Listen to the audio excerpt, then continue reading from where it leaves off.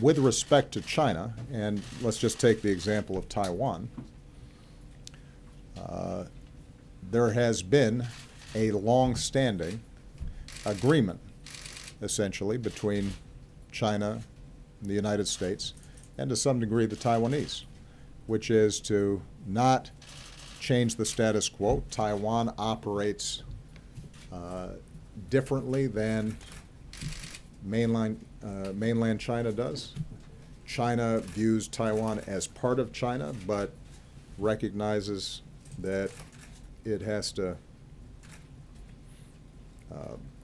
approach Taiwan as an entity that has its own ways of doing things.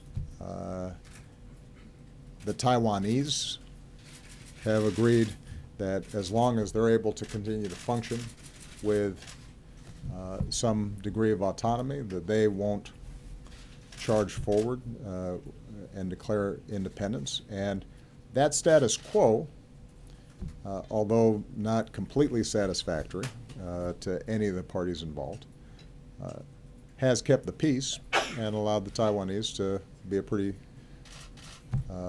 successful and economy and a people who have a high degree of self-determination. But understand, for China, the issue of Taiwan is as important as anything on their docket. The idea of one China is at the heart of their conception as a nation.